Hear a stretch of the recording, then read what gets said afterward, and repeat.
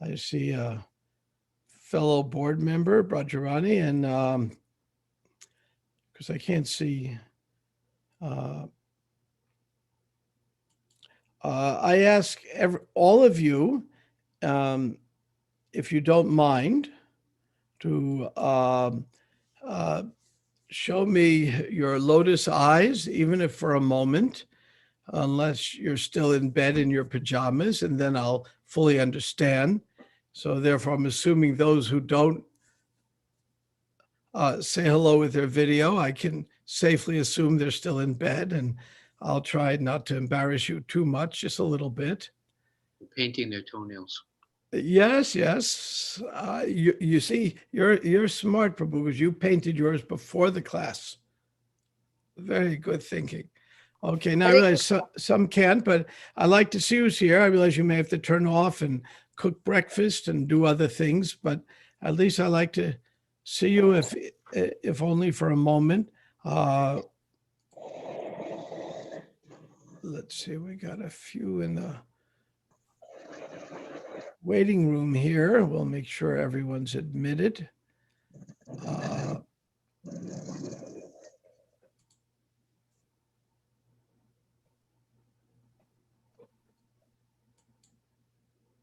okay, so we're underway. Uh,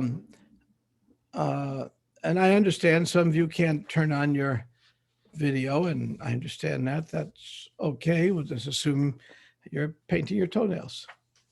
Um, okay, so we shall begin. Om Namo Bhagavate Vasudevaya. Om Namo Bhagavate Vasudevaya. Om Namo Bhagavate Vasudevaya. Hare Krishna. So, um, today we're in the ninth chapter of the Bhagavatam. And before we begin, was there any topic on someone's mind like they would like me to uh, touch upon in class? It may not be always practical, it may not tie in, but it is something that's really been pressing on your mind. Um, Feel free to bring it up, unmute yourself, or chat and tell me what was on your mind before we begin. How wonderful is Krishna? Ah, well, we'll get to that. Anything else on somebody's mind? Okay. Let me make sure I got the right verses here for sure. 9, 3, 23 to 29. Now, this is an odd chapter in some regards, in that some of the stories deal with issues of complexity in physics, which we'll get to, and some of the verses deal with being grouchy. Now, being grouchy is an interesting topic.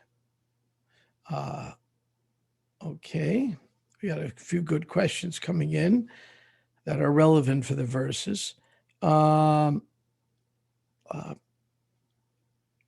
Just one moment. I need to look up one other thing here.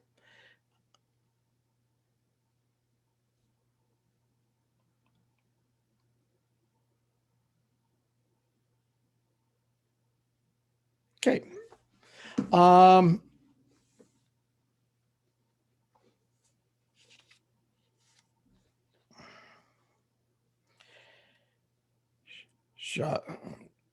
Shashamsa Pitri Tat Sarvam Vayo Rupa Balam Banam Vismita Param Pritas Tanayam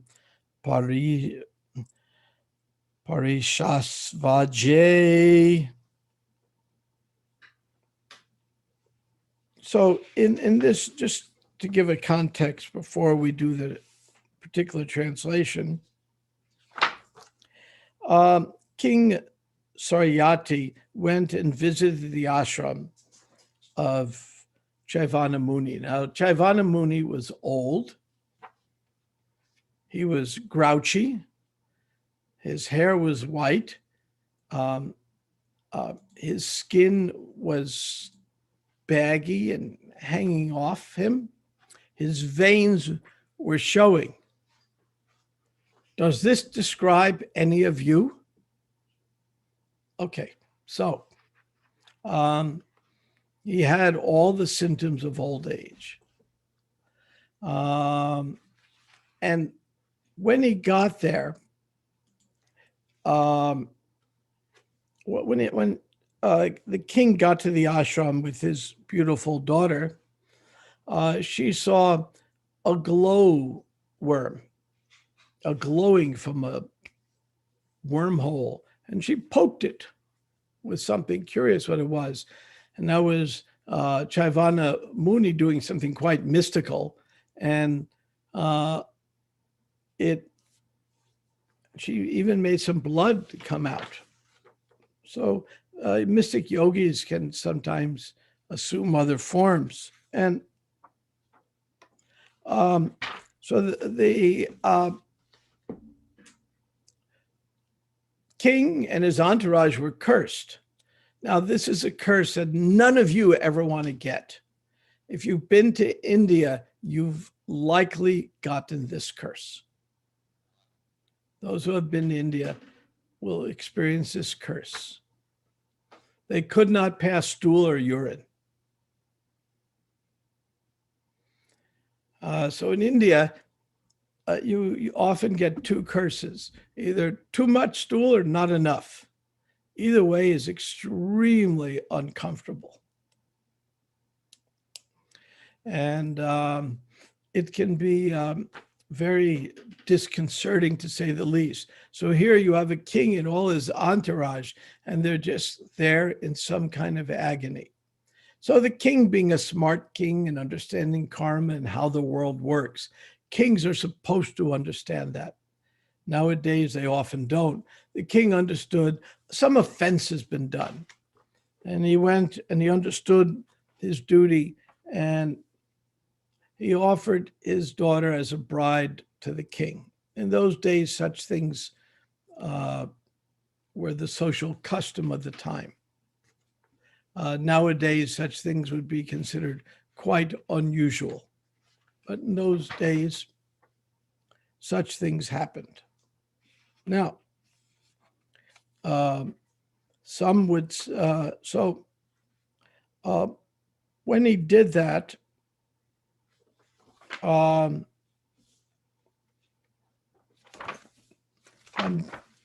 sort of getting the story up to where we are. Then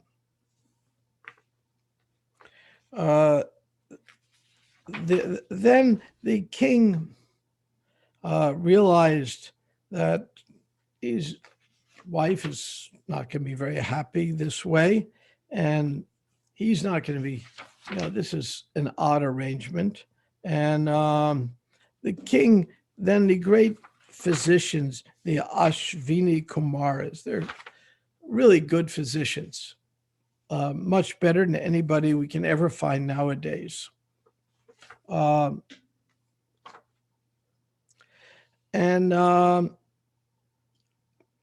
They visited the ashram, and Chaivana Muni said, "Make me young again."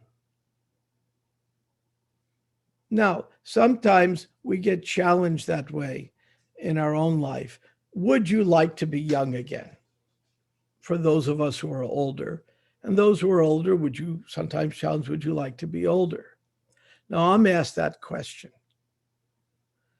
And I would not trade my youthful energy for if coming with it, I had to deal with my youthful stupidity.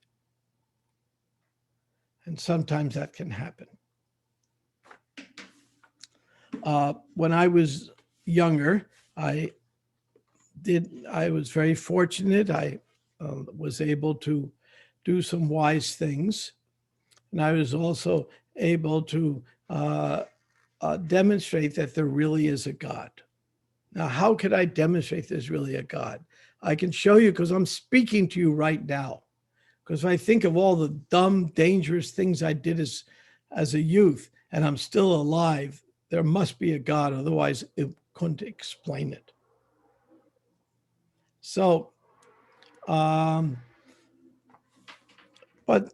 Jaivana Muni realized he was a really big grouch. Now, sometimes old people get grouchy. Can anybody think of somebody we all know, everyone on this call knows, who when he got old, got sometimes grouchy? Can anybody think of somebody like that? If so, tell me who that might be. Somebody you all know. So I gave a good hint. Who do you know that when he got old, sometimes got a little grouchy? Anybody? Somebody help me out. You all know this person. That's a hint. Srila Prabhupada. Yes, Prabhupada. He would sometimes be grouchy. One time he asked Bhakti Charu Swami, he said to him, bring me some orange juice. Well, in India, it's not so simple a matter. So by the time he got the orange juice, he walked in. You have to go to the market, get the oranges, etc. Prabhupada said, too late. I don't want it anymore. And Bhakti Charu Swami, extremely sensitive person. So Bhakti Charu Swami just stood there. Prabhupada said, too late. I don't want it anymore. And still Bhakti Charu Swami just stood there. Finally, Prabhupada took it. And later on, Prabhupada rang the bell and said, oh, don't worry. Old men get grouchy. That story is very significant. Jagadish tells a similar story. I don't think this has been published, but he told me the story. One time he was with Prabhupada as a servant, and Prabhupada said, I want you to move my bed from one end of the room to the other. And Jagadish says, I'll get someone to help. And Prabhupada said, no, just do it yourself. So then Prabhupada goes into his office, and Jagadish is dragging the bed. He's alone and is making all these squeaking noises. And Prabhupada rings a bell. Why are you disturbing me so much?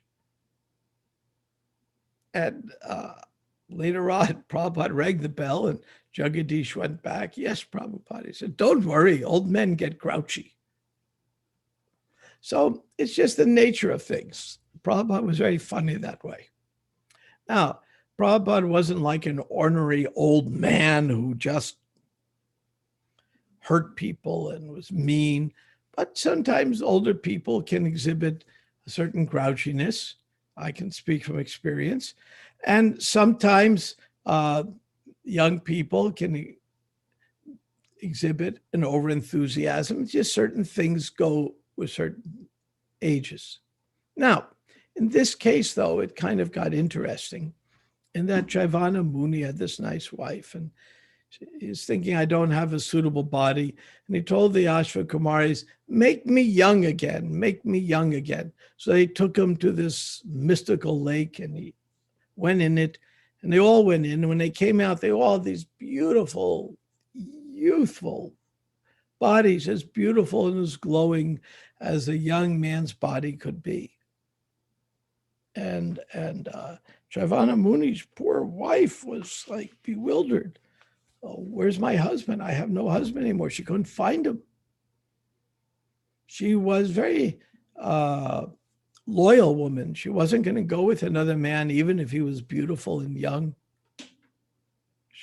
So she was very disturbed. Finally, the Ashva Kumari said, no, this is your husband, and this is who he is. And Sukayana could not distinguish her husband from the two Ashvini Kumaris, for they were equally beautiful. Not understanding who her real husband was, she took shelter of the Ashvini Kumaras.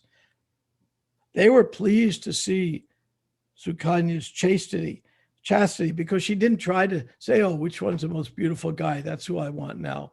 The old man, forget him. They showed her Chaivana Muni, and after taking permission from him, Chaivana Muni, they returned to their heavenly planets in their celestial airplanes. So this is kind of the background. So the king then showed up, and when he saw his daughter by the side of a beautiful young man, as bright as the sun, he was, to say the least, upset. You got married. You had a nice husband, a little old and ornery and gray and wrinkled. But, I've taught you from the beginning, don't be in the bodily concept. And this was your duty. This is who you had. How could you do this? Oh, unchaste girl, why is it you have desired? What is this you've desired to do? You have cheated your most respectable husband, who is honored by everyone. For I see he was old, diseased, and therefore unattractive. You have left his company to accept a young man. Ooh, how horrible. Oh, my daughter, you were born in a respectable family. How have you degraded your consciousness way? How is it that you are shamelessly maintaining a paramour? This was quite embarrassing to him. He said, my family will be dishonored. Everyone will be dishonored. I asked you to marry this man. You agreed. Now you've gone back on your word. Oh, horrible, horrible of horrors. So then Sukanya explained, our husband received a beautiful body. When the king heard this, he was very surprised, and in great pleasure, he embraced his beloved daughter. Chaivana Muni, by his own prowess, enabled King Saryati to perform the Soma Yagna, and they had Soma Yagna. It's a really nice drink. I don't recommend in this age we try to find it.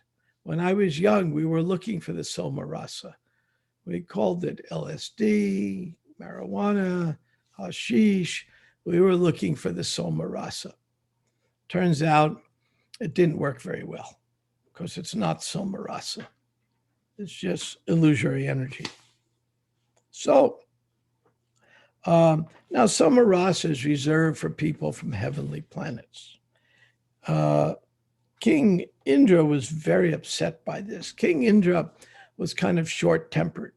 We can see this when we study the demigods in other cultures. What is King Indra called in other cultures? Can somebody help me out? Zeus? Zeus? God of heaven. Say again? God of heaven. Yeah, but another name. In Norway, what do you call Indra? Is it Thor? Yes, Thor. If you read any of the mythology books, you'll find descriptions that appear very similar to Indra. Very powerful, has some kind of mystical weapon similar to a thunderbolt, and can get grouchy very easily. So the characteristics are quite universal. When I read about Indra in India, I said, gee, I've met him before. I know who he is. I've seen him around. And of course, I had studied mythology in college, and it became clear that Thor, Indra, Zeus, like this, we're talking about the same person from a different angle. So Indra got really upset, and he wanted to kill Chaivana Muni. That's pretty upset. But and Indra took his thunderbolt in his hand, was ready to throw it. Chaivana Muni was very powerful. So just by a mystic process, he froze Indra's arm. Some of you may have had frozen shoulder. Then you have to get a surgery even can happen. When you get frozen shoulder, your arm's stuck and you can't move it.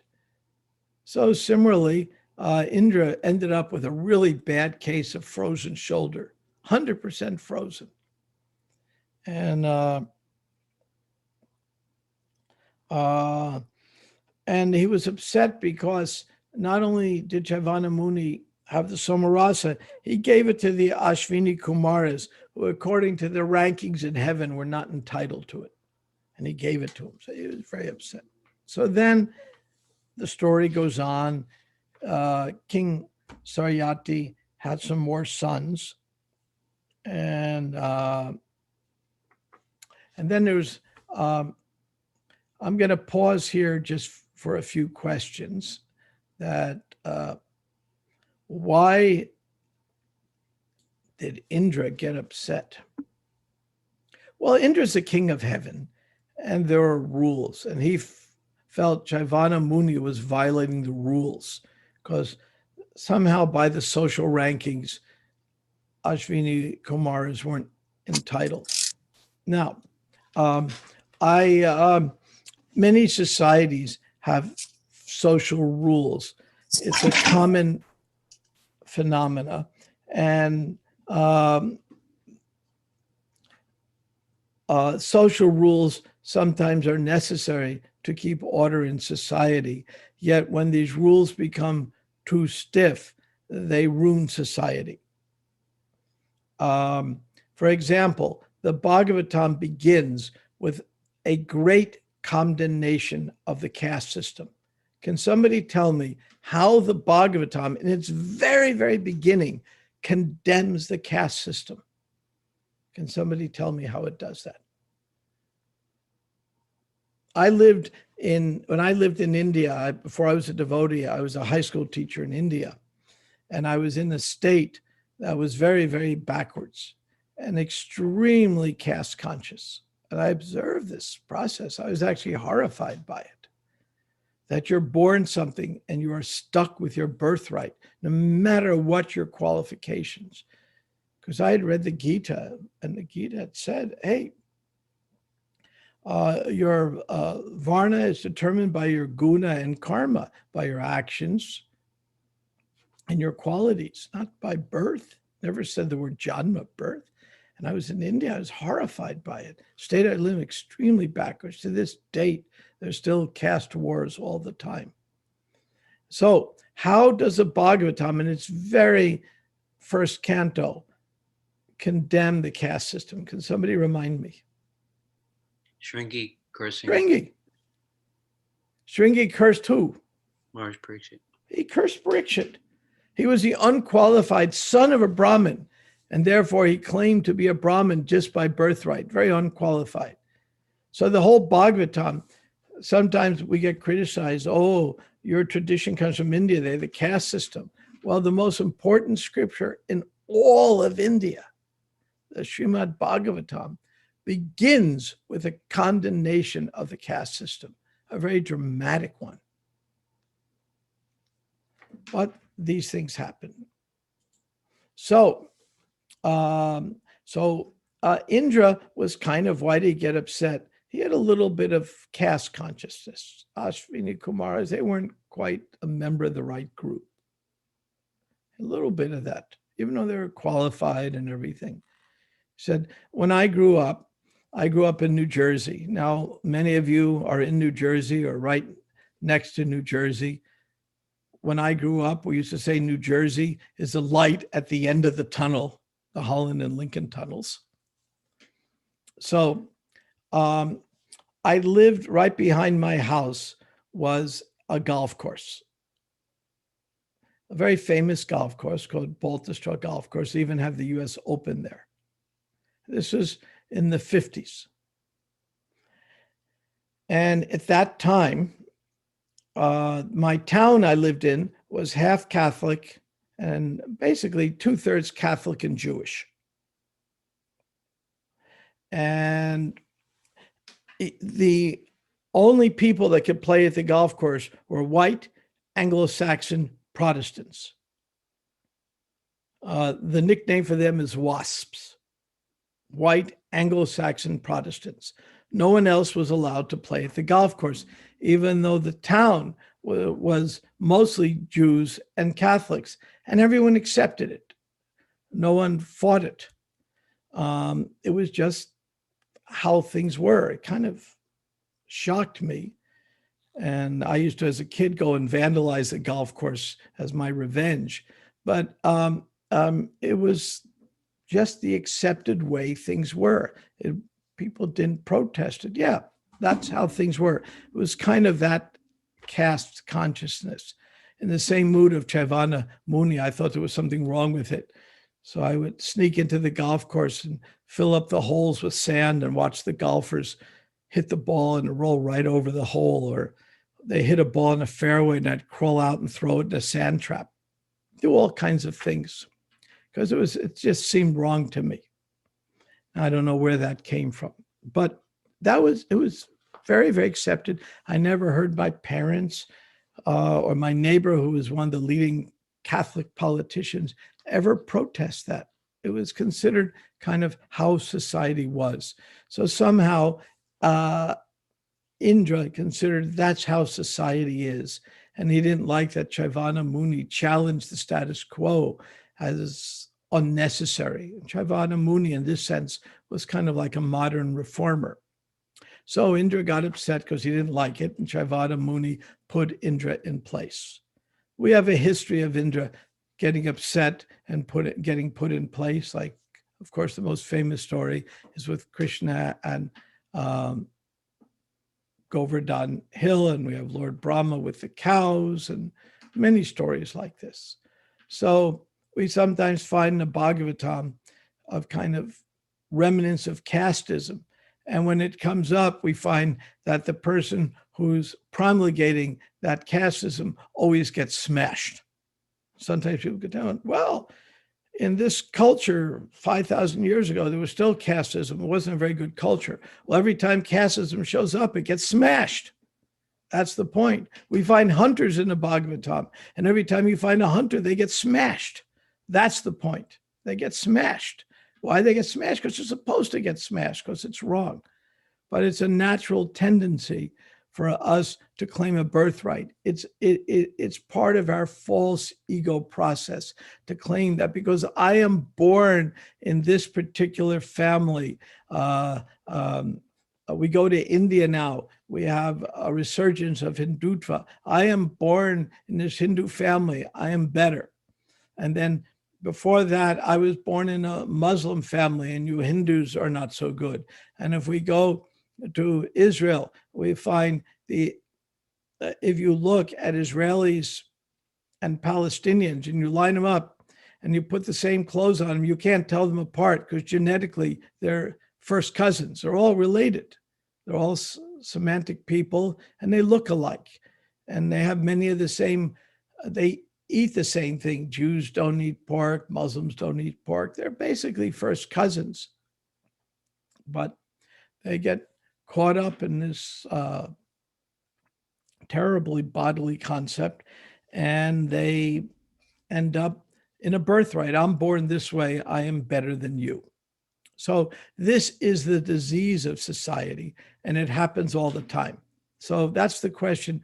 Why did Indra get upset? Because he got caught up in a bodily concept. And somebody else asked here, in relation to Chaivana Muni, what is the duty of female bodies versus male bodies in Krishna consciousness? Well, that question has no controversy associated with it. Okay, anyway, what is the duty? This is a very important question, relevant for what we're talking about. It fits in with the verse, and I was hoping nobody would ask it. You can't always get what you want. What is the duty? You guys are driving me to drink with this question. The duty of we each have a duty based on our body. For example, Arjuna had the duty of a warrior. Somebody else has the duty of a merchant or farmer. We have a duty kind of born of our nature. Um, so, um, yet there's always exceptions. Here's how Prabhupada dealt with this particular issue. In his purports, he talks about the cultural duties as he was brought up in, as he observed in his own families. At the same time, when when specific issues came up, he did not exhibit any particular prejudice against any a particular gender. And I've been studying this. I'm the mediator on the issue the GBC is dealing with on Vaishnavi Diksha gurus. And so I've studied this in quite some detail. And we find over and over and over again, Prabhupada said, when somebody is a Vaishnav, it's above any bodily concept. Sometimes there's natural duties. For example, if some miscreant would attack my house, I would expect that I would stand in front of my wife and fight him off rather than my wife standing in front of me, because most men are stronger than most women just by physical nature. Now, some women are quite a bit stronger than me, and I might be very happy if they were standing in front of me if the miscreant came. And I might have to swallow my male pride and accept it. I'll be much better protected that way. That's okay with me. That's perfectly fine. But in most cases, we would expect the man, because men generally, not always, have upper body strength better than women. If I take 100 women and 100 men, and I put them in a tug of war with a rope, I can tell you who will win. The men are going to win. If I take me against any of you ladies, I can't say who's going to win or lose. Some of you ladies must be much stronger than me, and you may win. So there's a general rule, and then there's specific circumstances. So Prabhupada would sometimes speak in terms of the general rule, what he observed, and especially what he observed in his Bengali society. And then when it came down to specific circumstances, Prabhupada said there is no distinction, and he would offer the same services to men or women. I'll give you an example that will put this in context. If we go to most temples in India, outside of, and all the temples in the Western world, we'll find that women are for artik. They dress the deities, and they do the same thing the men do, or some things the men don't do because they do it better.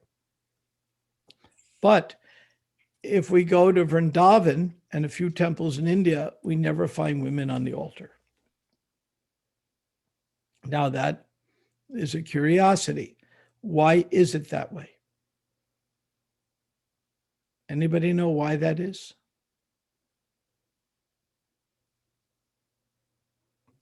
Was that from the point of view of acceptability by the local Brajabasis and Mayapur Dhamvasis? Is that why Prabhupada made an exception in those temples of his?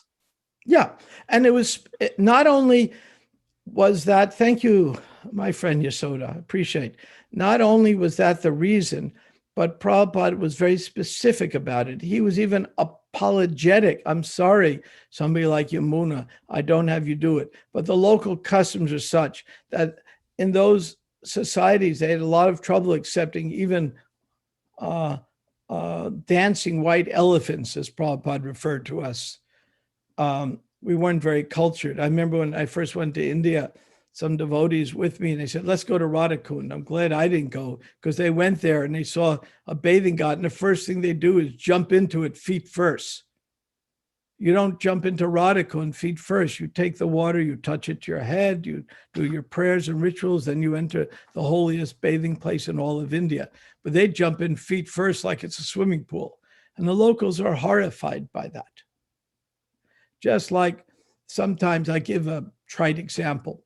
I'm traveling and I go into the restroom and I see other people going into the restroom, even going into the toilet stall for men, so we know what they're doing in there. And they walk out and they don't even wash their hands. So they pass stool and they leaving the stall. So, and they don't even think to wash their hands. I'm horrified by it. I'm absolutely horrified. Now, other people, oh, so what? I'm watching this. I'm thinking, I don't want to touch the doorknob or anything near them. Forget COVID. I mean, it's just, I'm horrified when I see such things. And I see it whenever I travel.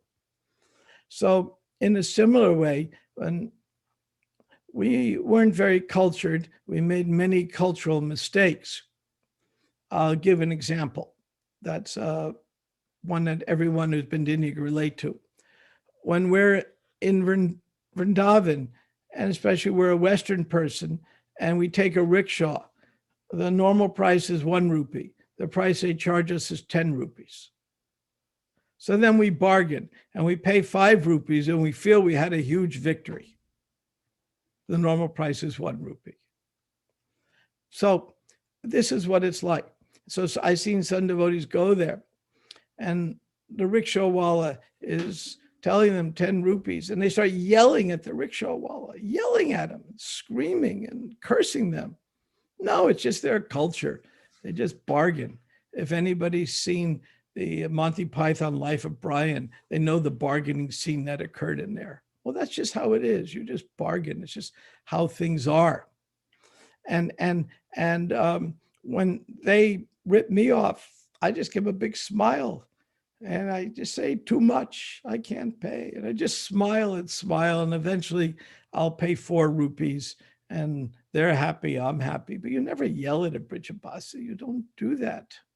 But we're uncultured. So Prabhupada understood that we had some cultural flaws. And the people would be noticing it. If Prabhupada put women on the altar, there'd be so much criticism, it would take away from Prabhupada's preaching mission. So he apologetically said, due to local custom, better we just not do this. But my women disciples are Vaishnavis and there is no distinction. That's how Prabhupada said it. So the women have a different nature. To some degree they do, and we accept that nature. But any individual woman, like for example, our president of our biggest temple in Europe, Bhaktivedanta Manor, is one of the most qualified temple presidents on the planet, Vishaka. Our president of the largest community in America, maybe the Western world, Alachua, Mukhya, very qualified woman. So in fact, the 2 best temple presidents we had at New Ramanreti, both of them happened to have been women. So Prabhupada's main point was, whatever you do it for Krishna. And if you're qualified, it's fine.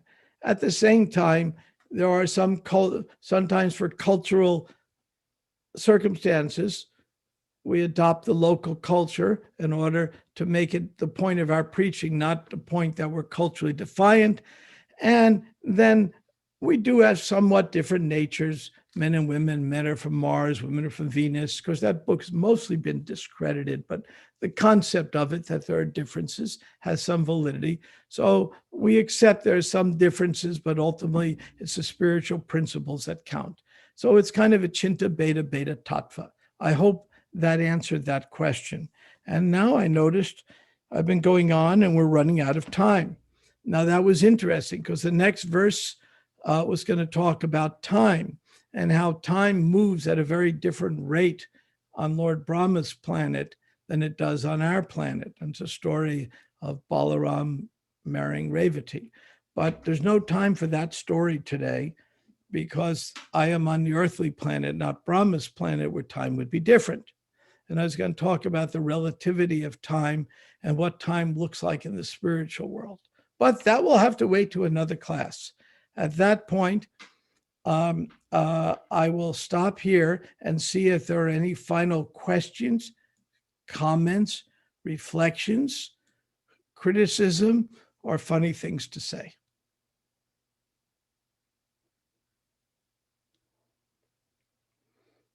Any questions? We'll give a moment here. See, I'll check my chat. Okay, nothing in the chat. With that, I think it is almost time to greet the deities. Brahmatirtha Prabhu, Yes. it's Yes, Yashoda, Yashoda. even though I'm calling from the phone that Shivarika's at. But yeah, this was a typical Brahmatirtha class, very grounded and very much rooted in what Prabhupada says. And these classes are really nourishing and important. So thank you very much. Thank you very much. It's just Prabhupada's mercy. When I met Prabhupada, he did something. I'd met other so-called sadhus in India, and I was in India. I went to India as a teacher to really search out what was behind the Bhagavad Gita. And I met Prabhupada. What impressed me is he didn't judge me. He really began, who are you? Where are you at? And what can I do for you? And it was quite impressive. Didn't matter if I was white or brown or young or old. And when I watched Prabhupada deal with people, it didn't matter. He saw each person as a spirit soul. This is called in the Gita a vision of sama, same, darshana vision, equal vision. I was listening to a wonderful class Radhanath Swami gave at the Bhakti Center on Saturday. And in it, someone asked a curious question. I didn't see who asked, but the question was like this. Person obviously was some kind of minority. Sometimes I am discriminated against. And of course, when I go to India, I'm the minority, and I go to a place like Jagannath Puri, I get discriminated against. So it can apply. Here, I'm the majority. Other places, I'll be the minority. But in this case, I'm in America, I'm discriminated against. And how did Radhanath Swami respond to that? A very similar way. When Bhakti Tirtha Swami went to Prabhupada, said, Prabhupada, sometimes people in the movement are discriminating against blacks because he was African American. They're discriminating. And Prabhupada said two things. He said, one, that's their Maya to be in a bodily concept. And it's your Maya to take it personally. And Radhanath Swami continued that theme in a very insightful manner. He says, when somebody is discriminating against you, it means they are very hurt. They're very insecure. Because I want to be better than you by my bodily concept. That means I'm very insecure. I have no idea of my spiritual identity. So Radhanath Swami said, you see people like that as have some empathy. Oh, they're attacking me because they're so insecure. They're so stuck in their ways. Kind of feel some sorry for them. I'm paraphrasing what he said. So if somebody is stuck in the bodily concept, it's a sad place for them to be. And I hope when I get stuck sometimes in my bodily concept, people look at me that way. Oh, Brahma, he's got a little stuck in his bodily concept there. Look at that. So that can happen. So with that, we'll stop here at 8:03. I thank you very much. I hope everyone has a good day and that you have the blessing of all day, somehow or other, you can remember that you're never, never alone. In this particular COVID time, there is an extreme plague of loneliness. People are stuck, they're isolated, their social interactions are less. And in this time is a time when we can actually realize, take a deep breath, pause, sit, stop, and realize that Krishna's in our heart. And if we do our meditations, usually it's our japa mala, but whatever our meditations are, and we really pause for a moment, realize I am not even close to being alone. Krishna is with me. And this happiness and contentment will pour out of every pore in our body. So in COVID times, it's a wonderful opportunity to rise above our the loneliness that all of us have. Existential loneliness because we're disconnected from Krishna, but we're so busy. We have our iPhones and iPads and I this and then we have the biggest I of it all, our I ego. And we have all the eyes in our life in which we are so overwhelmed with busyness that we forget who we really are. And as we're overwhelmed with this busyness and we completely forget who we are, we start becoming sad and lonely because our nature isn't like that. Our nature is to have relationships. And sometimes in COVID, our relationships are even very difficult. Social media is probably the worst way to communicate, I find. And so what do? It's our time to remember that we actually are with Krishna, and it's the opportunity for us to actually think of who we are and get past the existential loneliness that when we do feel it, it's the golden opportunity to increase our consciousness. So I ask you all for the blessings from all of you that I could overcome today my existential loneliness, and the same for you. Thank you very much. Hare Krishna. Hare Krishna. Thank you so much for a wonderful class. Thank Really you. inspires us. Very good. Prabhuji, thank you so much. Dandar Pranam, Prabhuji. Thank you so much.